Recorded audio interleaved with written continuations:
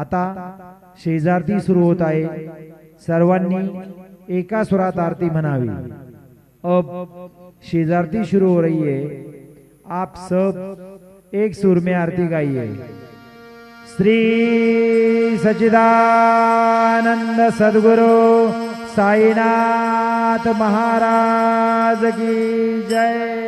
ओम आरती माझा सद्गुरु दादा माझा साईनाथा माझा हे दत्तवंता दीपला विराधा।